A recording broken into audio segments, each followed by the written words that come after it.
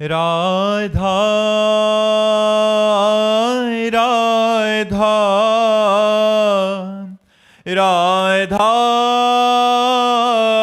राधा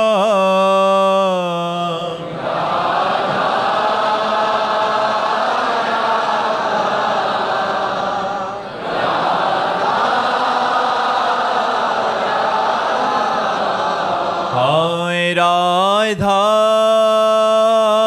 राधा राधा राधा राधा राधा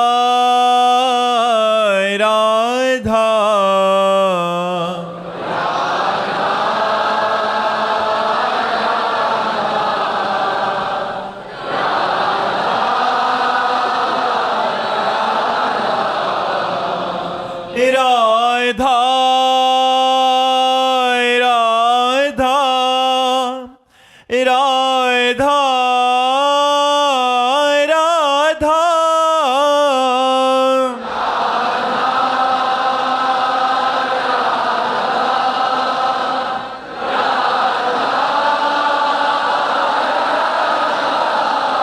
हाय राधा राधा राधा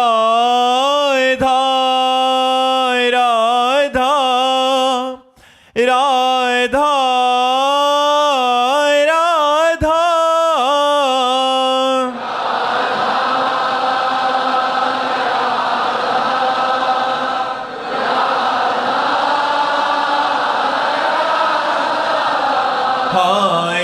राधा राधा राधा राधा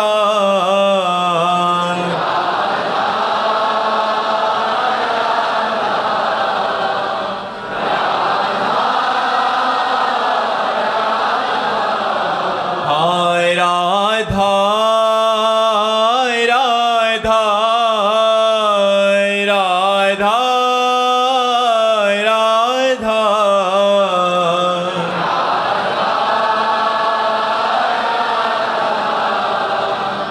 राधा राधा राधा श्री राधा वल्लभ लाल की, समस्त संत हरि भक्तन की, श्री वृंदावन धाम की, सद्गुरुदेव भगवान की। अमित पाल जी दिल्ली से। राधे राधे महाराज जी। महाराज जी आप माया से बचने के उपाय बताते हैं, तो महाराज जी कह रहे हैं कि इनको दोहरी माया ने घेर रखा है, एक तो भगवान की माया, दूसरी इनकी अर्धांगिनी जिनका नाम भी माया है। तो हमें लगता है कि दोनों माया हमारे लिए बाधक नहीं है। बाधक जब हम वासना का शासन नहीं कर पाते हैं, चाहे बाहर की माया हो चाहे अंदर की माया हो, तभी हम परेशान होते हैं। अगर हम वासनाओं पर शासन करके और उसको अनुकूलता दे, जैसे समाज में है, हम समाज को अनुकूलता देने की सोचे तो कोई माया नहीं, और पत्नी को अनुकूलता देने की सोचे तो कोई माया नहीं। प्रतिकूल मत होना, अनुकूल बने रहना। अभिमान करके नहीं निकल सकते हो, भगवान की देवी शक्ति है, सर झुका के निकल सकते हो। भले पति प्राणेश्वर हो उनके, लेकिन थोड़ा नम्र रहना। तो इसलिए भगवान का नाम जप करो और सबको अनुकूलता प्रदान करने की कोशिश करो। और अर्धांगिनी अपना प्राण होती है, जैसे हम अपने प्राणों का पोषण करते हैं, ऐसे अर्धांगिनी का पोषण करो। वो माया आपको बाधा नहीं पहुंचाएगी, वो आपकी अर्धांगिनी है, आपका सहयोग करेगी, आपको सुख प्रदान करेगी। लोक और परलोक के लिए वो संगिनी है, उसे निषेध मत समझिए। और देखो बाहर की भी माया, इसी माइक से हम भगवान का नाम और भगवान की चर्चा करते हैं, तो ये बंधनी हो गया। तो जो प्रतिकूल व्यवहार किया जाए तो माया निंदनी, और जो अनुकूल व्यवहार किया जाए तो माया बंधनी हो जाती है कि नहीं। तो माया तो बंधनी है। माया ने हमें शरीर दिया, माया ने शरीर पोषण के लिए भोजन दिया, माया ने हमारे मनोरंजन के लिए संसार रचा। निषेध क्या है? गलत आचरण, गलत व्यवहार, गलत चिंतन, गलत क्रिया।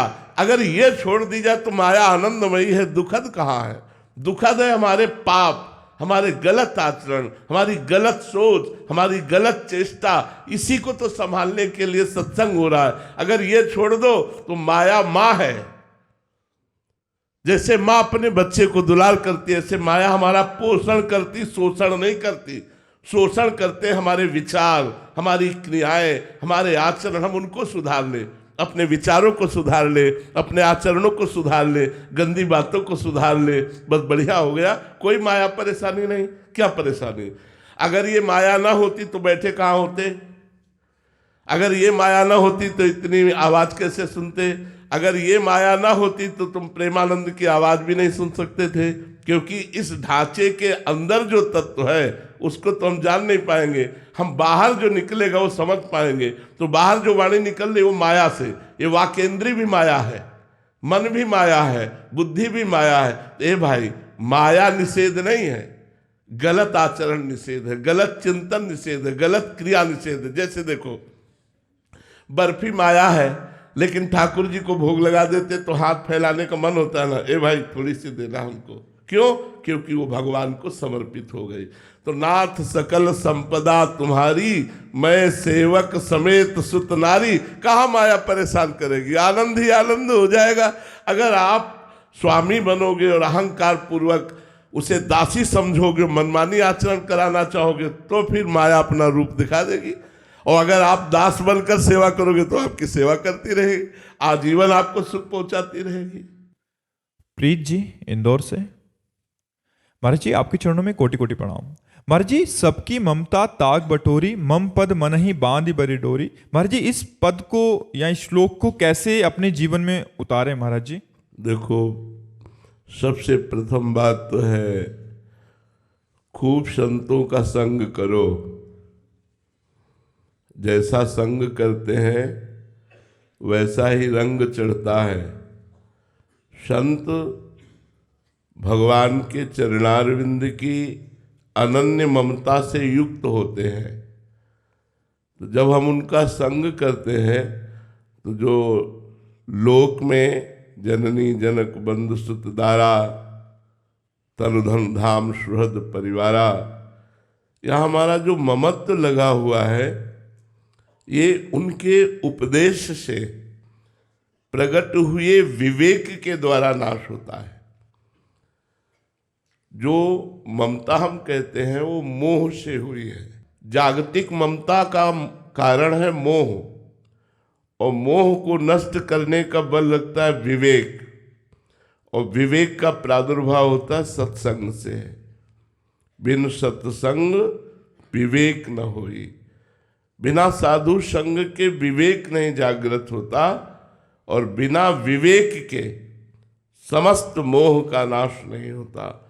और मोह गए बिनु राम पद होए न दृढ़ अनुराग। जब तक मोह का नाश नहीं होता तो भगवान के चरणों में दृढ़ ममता नहीं हो सकती। इसलिए खूब सत्संग सुनिए, नाम जप कीजिए, शास्त्रों का स्वाध्याय कीजिए, पवित्र भोजन पाइए, पवित्र आचरण रखिए, तो धीरे धीरे हृदय की मलिनता नष्ट होगी और प्रभु से अपनापन होने लगेगा। जैसे जैसे हमें भजन का अनुभव होगा वैसे वैसे सब ममता नष्ट होती चली जाएगी। अगर ममता हमारी प्रभु के चरणों में हो गई, बस हम माया पर विजय प्राप्त कर लिए। सबसे कठिन बात है प्रभु से प्यार होना, प्रभु से अपनापन होना। तो संतों का संग, शास्त्र स्वाध्याय, पवित्र भोजन, पवित्र आचरण, इनके द्वारा हम सांसारिक ममता का त्याग करके भागवतिक ममता को धारण कर सकते हैं। निखिल जी, राधे राधे महाराज जी। महाराज जी, अक्सर लोग कहते हैं कि हमें आत्मसम्मान को चुनना चाहिए रिश्तों को, लेकिन जब कोई व्यक्ति ऐसा कहता है तो उसे आत्मसम्मान नहीं, आप देहाभिमान बताते हैं। तो महाराज जी, वास्तविकता में देहाभिमान और आत्मसम्मान में क्या अंतर होता है? आत्मसम्मान तो संपूर्ण विश्व का सम्मान ही आत्मसम्मान है। हमारी आत्मा संपूर्ण विश्व है। संपूर्ण विश्व का सुख ही हमारा सुख है, आत्मा के शब्द से। और जब हम देहाभिमान से युक्त होते हैं तब लगता है कि सब कुछ तो ठीक है, लेकिन अपमान नहीं सह सकते।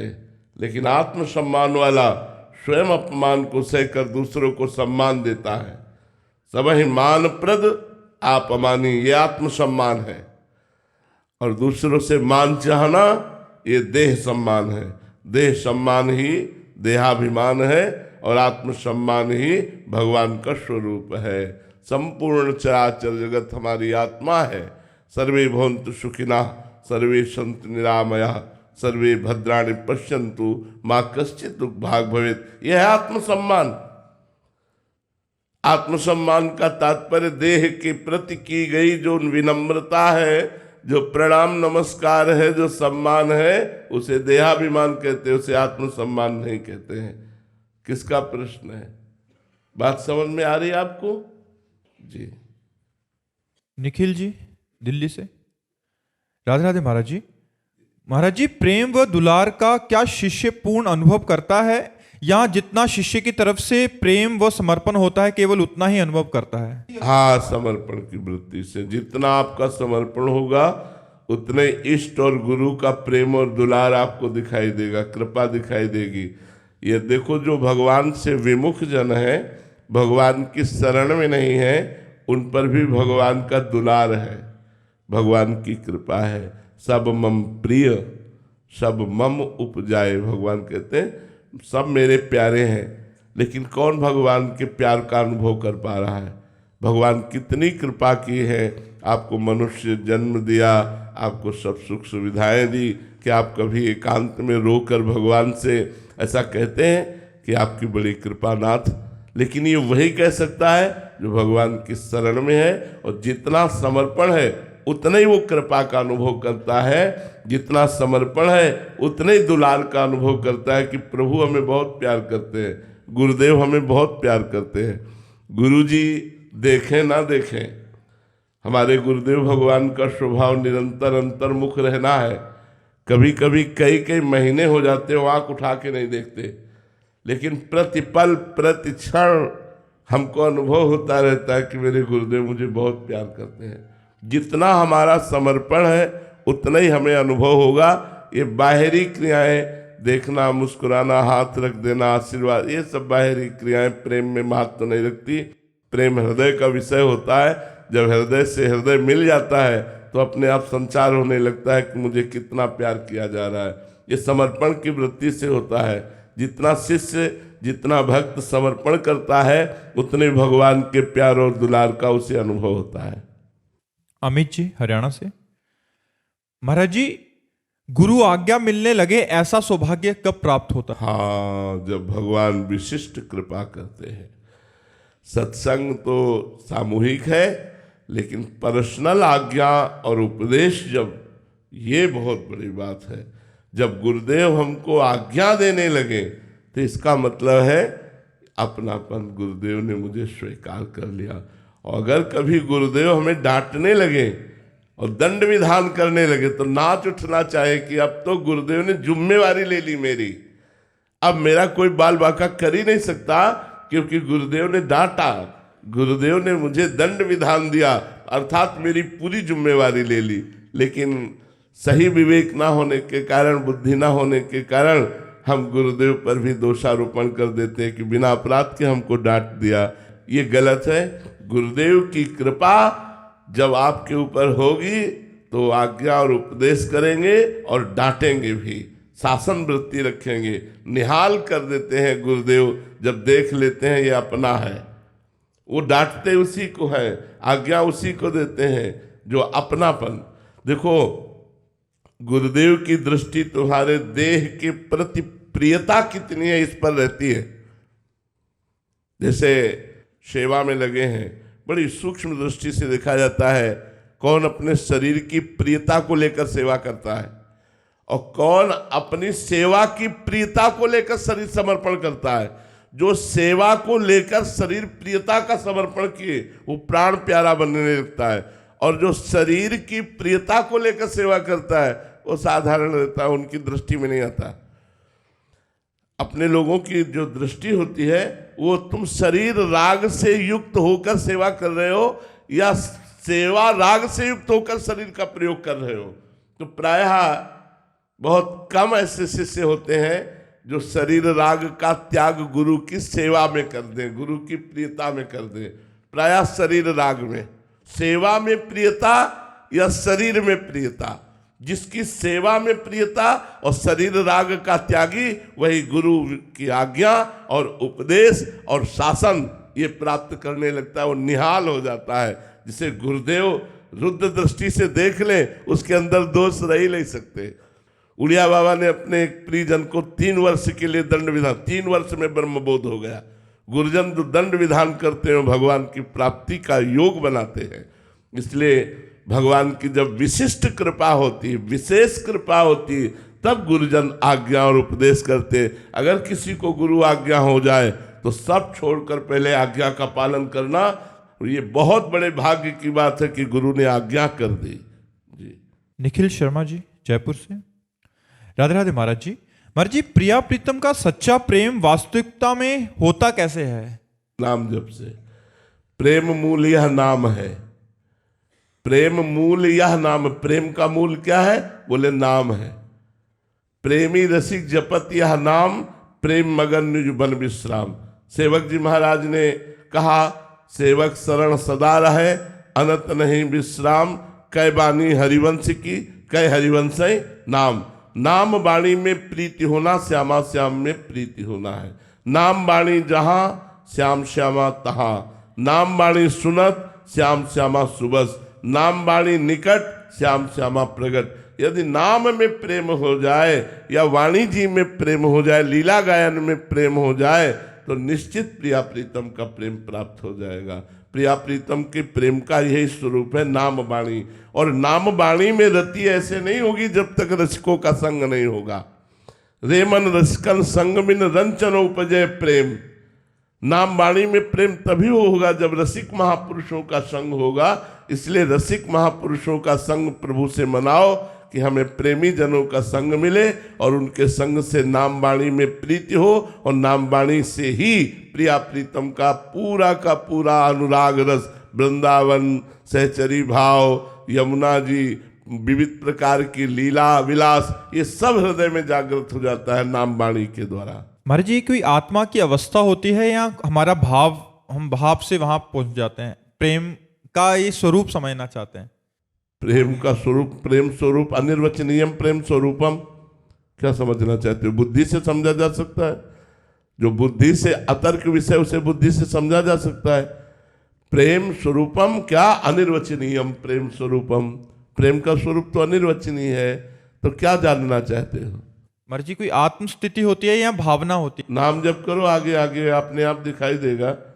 नाम जप नहीं करोगे तो क्या जानोगे? तन मन के बिछुरे नहीं, चाह बढ़े दिन रैन, कबों संजोग न मानही, देखे भरी भरी नैन।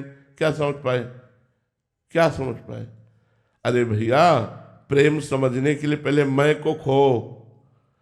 जब तक मैं को खोओगे नहीं तब तक प्रेम ढूंढे मिलेगा नहीं। और प्रेम जब मिलता है तो मैं नहीं मिलता, मैं खो जाता है। जब मैं था तब हरि नहीं, अब हरि है मैं नाही। अभी तो मैं में विचरण कर रहे, तो बुद्धि से समझोगे क्या प्रेम? प्रेम तो सूक्ष्म तरम है, अनुभव स्वरूपम है, कामना रहितम है, गुण रहितम है। आप बुद्धि से गुण सहित जान सकते हो, लेकिन गुण रहित को कैसे जान सकते हो? गुण रहितम है, कामना रहितम है, सूक्ष्म तरम है, अनुभव स्वरूपम है, प्रतिक्षण वर्धमानम है, और सबसे खास बात अनिर्वचनीयम है, अनिर्वचनीय है। इसलिए नाम वाणी में लगो, खूब नाम जप करो, आगे से आगे स्थिति आती जाएगी, स्वरूप बनता है, स्वरूप बनता है। प्रेम से जब हम उपासना करते हैं तो हमारा स्वरूप प्रेम में हो जाता है। जैसे हम सखा भाव की उपासना करें तो हर समय ठसक रहेगी श्री कृष्ण हमारे दोस्त। गोपी भाव की उपासना करें तो मैं गोपी, सहचरी भाव की उपासना करें तो मैं सहचरी रूप हो गया। जो मैं है वो उस भाव देह को प्राप्त हो गया, और उसी से भगवान की दिव्य सेवा में जाया जाता है। ये सब बड़ा आगे की बातें। पहले खूब भजन करो, काम क्रोध को मिटाओ, सबसे पहले ये काम करो कि तुम्हारे अंदर काम वेदना ना जागृत हो, और जागृत हो तो उसे सह जाने की सामर्थ्य हो, तब तो महाविकार प्रेम को सह पाओगे। पहले काम क्रोधादि के विकारों को तो सहो, पहले ककाहरा सीखो, फिर पीएचडी की बात समझ में आएगी। अभी तो ककाहरा ही नहीं आता ना, प्रेम का ककाहरा यहाँ से शुरू होता है। सठ विकार जित अनघा कामा, निष्काम निष्पाप, काम क्रोध लोभ मोह मद मत्सर इन पर विजयी। तो यहाँ से शुरू होती पढ़ाई प्रेम की। वासुदेवा स्वयं का अनुभव हो गया, यहाँ से शुरू होता है प्रेम मार्ग। तो अभी तो चलो, अभी तो परमार्थ में कदम नहीं रखा है। खूब अच्छे से भजन करो डट के, और विकारों पर विजय प्राप्त करो। वर्षा जी भोपाल से, राधे राधे महाराज जी। महाराज जी, भगवान जी का और संत जनों का धन्यवाद और क्षमा कैसे बोलते हैं महाराज जी? कभी धन्यवाद करना हो या क्षमा? भगवान को धन्यवाद देने का, भगवान को धन्यवाद कृपा मनाते हुए दिया जाता है कि हे नाथ, आपकी हम पर बहुत कृपा है। प्रभु, वैसे तो मैं आपके योग्य नहीं हूं, पर आपने जो कृपा की, आपने जो दुलार किया, मैं कोटि कोटि आपके चरणों में प्रणाम करती हूँ और आपके ही चरण शरण में रहना चाहती हूँ। बस आप कृपा ही करते रहिए, हमारे दोष और हमारे अवगुणों को दूर कीजिए, जिससे मैं आपकी सच्ची उपासना कर सकूं। ये धन्यवाद। और संत जनों से तो बस उनके चरणों में नमस्कार करके, आपकी बहुत कृपा है हमारे ऊपर। संतों को या भगवान को ऐसे नहीं कहा जाता धन्यवाद थैंक यू, ये भाषा नहीं बोली जाती। संतों से कृपा की भाषा बोली जाती है कि आपकी हमारे ऊपर बहुत कृपा है, आपके चरणों में बार बार प्रणाम, आपकी बहुत कृपा है, ऐसा बोलना। संतों से ऐसा नहीं कहा जाता थैंक यू धन्यवाद, ये सब नहीं बोला जाता। भगवान और संतों से कृपा की याचना की जाती है और कृपा में शब्दों को बोलकर उनके चरणों में नमन किया जाता है। डॉक्टर बबीता सिंह जी, महाराज जी आप कह रहे हैं कि आप एक महाविद्यालय के प्रधानाचार्य हैं। महाराज जी आप कह रहे हैं कि आज बहुत सारे युवा पीढ़ी जो कॉलेज आदि में पढ़ती है महाराज जी, वो किस तरह मतलब अध्यात्म ज्ञान से जुड़कर आगे बढ़ सकते हैं, क्योंकि आजकल आधुनिक शिक्षाएं हाँ है बहुत बड़ी समस्या, और इसका समाधान अकेले से नहीं हो सकता है। इसका समाधान माता पिता, टीचर और मित्र वर्ग ये आपस में करे तो हो सकता है। नहीं, हमारा जो नया समाज है बच्चों का, वो व्यसन और व्यभिचार दो की तरफ बहुत रफ्तार से बढ़ रहा है। बच्चों में नशा बढ़ रहा है और व्यभिचार बढ़ रहा है। ये जब तक नष्ट नहीं होगा तब तक ना तो लौकिक उन्नति सही हो पाएगी और ना आध्यात्मिक उन्नति। हमें आज वो आए हुए थे कई टीचरगण, तो उनसे प्रार्थना की थी कि आप गुरु हैं, आप शिक्षक हैं, आप हमारे समाज को नया जीवन देते हैं ज्ञान के द्वारा, तो आप हमारे बच्चों को बचा लीजिए। जो हमारे बच्चे व्यसन में जा रहे हैं, व्यभिचार में जा रहे हैं, अगर ये दो बातें सुधर जाए तो हमारी नई पीढ़ी जो भारत के भविष्य है ये बहुत अच्छे हो जाए। छोटे छोटे बच्चे हस्त मैथुन का शिकार हो रहे, छोटे छोटे बच्चे हुक, गांजा, भांग और ड्रग्स, इन सब बातों में जा रहे, गर्लफ्रेंड बॉयफ्रेंड, इन सब बातों, ये बहुत मलिनता छाती चले। जिस समय हमें अपने मन को एकाग्र करके पढ़ाई में लगाना है, विनयी बनना है, उत्तम विचार वाले बनना है, उसी समय अधम विचार और उद्दंडता हमारे अंदर आ जाती है। बच्चे माता पिता से कहते तुम अपने को देखो, हम अपने को संभाल लेंगे। जहाँ विद्या विनयम ददाति, वहाँ अविनय, वहाँ उद्दंडता। तो इसलिए माता पिता भी सहयोग करें, अपने बच्चों स्वयं धर्म से चलें और अपने बच्चों को आध्यात्मिक शिक्षा दें। और टीचरों को भी चाहिए, वहाँ हमने प्रार्थना की कि चाहे 5 मिनट सही संतों के उपदेश बच्चों को सुनाया जाए। ब्रह्मचर्य पर मन को कैसे वश में रखें, आप चिंतायुक्त हैं तो कैसे बचें, आपका गलत संग क्या हो सकता है, ये जानकारियां उनको प्रस्तुत की जाए। आपसे अगर कोई ऐसे मिल रहा है तो गलत है, आपसे कोई ऐसे मिल रहा है तो अच्छा है, अगर इस तरह का व्यवहार कर रहा है तो गलत है। इन गलत बातों से तुम्हें बचना चाहिए। तो बच्चों को जो गुरुजन है, टीचर जन है, आध्यात्मिक शिक्षा दे।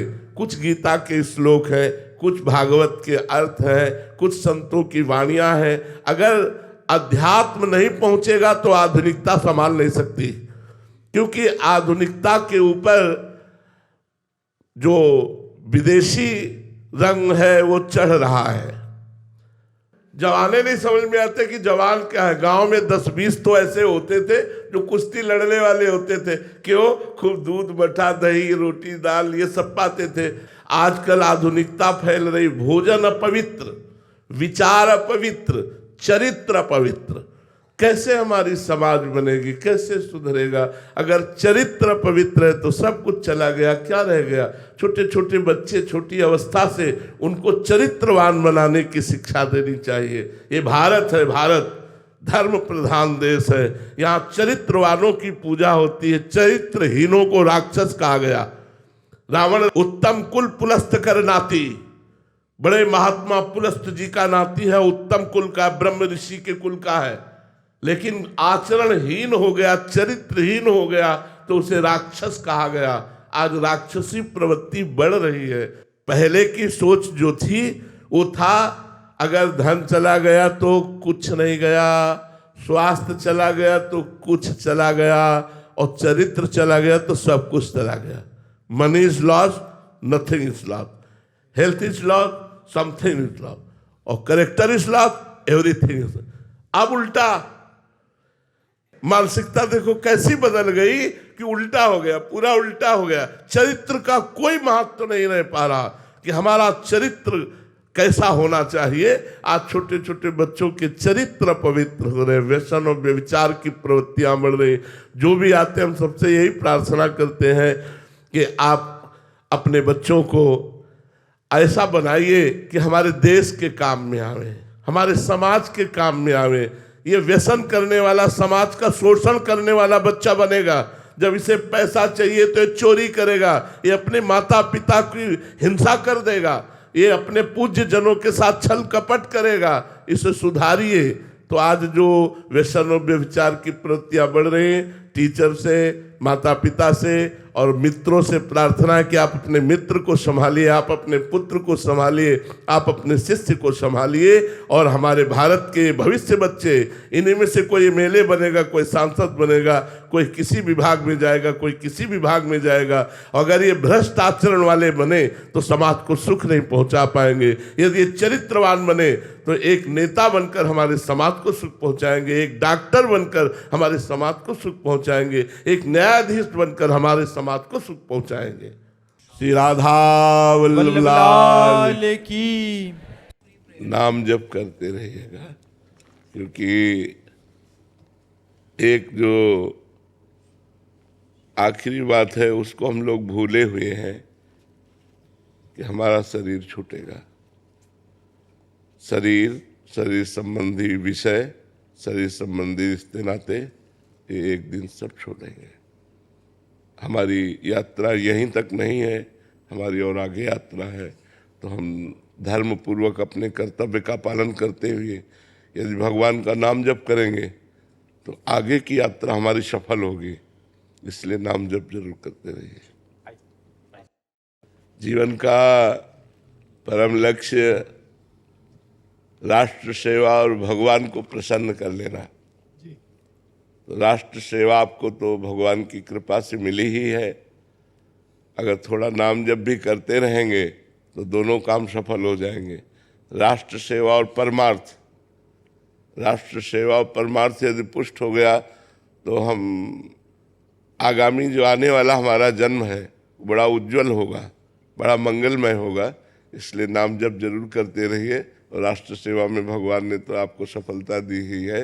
हम आर्मी वालों को हृदय से प्यार करते हैं।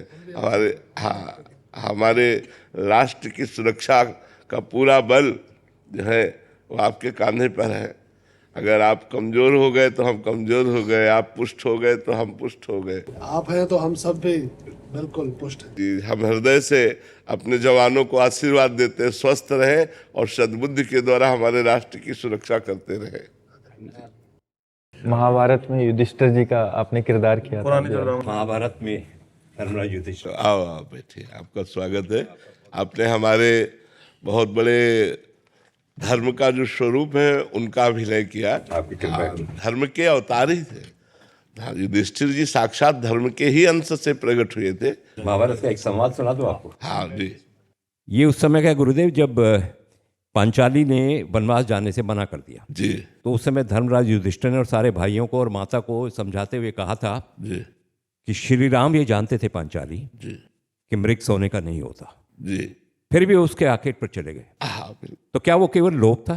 जी क्या स्वयं सीता जी ये नहीं जानती थी कि स्वर्ण मृग शिकारे जैसा कोई पशु नहीं होता? जी जी। जो होने वाला होता है पांचाली, वो हमारे कर्मों का परिणाम होता है। बहुत सुंदर, बहुत उसे ना तुम रोक सकती हो ना मैं, उसे ना भीम की गदा रोक सकती ना अर्जुन के बाण। बहुत। इसलिए यहाँ से चले चलो, क्योंकि ज्येष्ठ पिताश्री को प्रतीक्षा करवाना मर्यादा का उल्लंघन होगा। बहुत सुंदर, बहुत सुंदर, बहुत सुंदर। 1988 में हाँ, अरे नहीं, बहुत जोर का पूरा भारत प्रिय है, पूरा भारत प्रिय है बहुत। आपके आगे तो एक छोटा सा संवाद जो जी। मेरा बहुत फेवरेट है और अटल बिहारी वाजपेयी साहब का बहुत फेवरेट होता था। जी, जी, जब भी मिलते थे कहते वो सुनाओ, वो वाला सुनाओ। जी जी वो था कि कोई भी पुत्र, कोई भी पिता, कोई भी परिवार, कोई भी प्रतिज्ञा, कोई भी परंपरा राष्ट्र से ऊपर नहीं हो सकती। बहुत सुंदर, बहुत सुंदर, बहुत सुंदर। राष्ट्र से ऊपर नहीं होती। बहुत सुंदर, बहुत सुंदर। क्योंकि भीष्म प्रतिज्ञा ली थी ना भीष्म, जी तो उसको सुनाते हुए कहा था कि कोई भी प्रतिज्ञा राष्ट्र से ऊपर नहीं। बिल्कुल राष्ट्र की बात आएगी तो प्रतिज्ञा भी तोड़नी पड़ेगी। बिल्कुल बिल्कुल। बहुत सुंदर, आपका स्वागत है, हृदय से स्वागत है। देखो, जीवन का जो परम लाभ है वह संत समागम के द्वारा अपनी चित्त वृत्ति को भगवदाकार कर लेना। अगर चित्त वृत्ति श्री भगवान के नाम में, रूप में, उनके चरणों में न लगी तो हमारी विद्वता, हमारी प्रवीणता, हमारा मनुष्य जीवन व्यर्थ चला गया। इसकी सार्थकता इसी में है कि हम माया के भ्रम में न फंस करके सच्चिदानंद के प्रेम में फंसें। तो अपने अपने कर्तव्य कर्म का पालन करते हुए, जिसको जो भगवान ने वर्णाश्रम धर्म के अनुसार कर्तव्य कर्म दिया है, अपने कर्तव्य कर्म का पालन करते हुए भगवद स्मृति जागृत करनी चाहिए। उठते बैठते चलते फिरते यस्य स्मरण मात्रेण जन्म संसार बंधनात् विमुच्यते नमस्तस्मै विष्णुवे विष्णु। जिनका स्मरण मात्र, अब हम कितना स्मरण करते हैं, बस ये थर्मामीटर डालना है। ज्ञान तो भगवान ने सबको दे दिया क्योंकि जीव ज्ञान स्वरूप है, पर वो भोगों की लालसा, मान प्रतिष्ठा, सांसारिक सुख, इनमें इतना तन्मय हो जाता है कि भगवत स्मृति का तार टूट जाता है। तो हम सबको प्रयास करना है, संत समागम से ही ये लाभ प्राप्त होता है। अगर हमें भगवान ने संत समागम दिया तो मानो हमारा आखिरी जन्म है, हम इसी जन्म में भगवत प्राप्ति करें।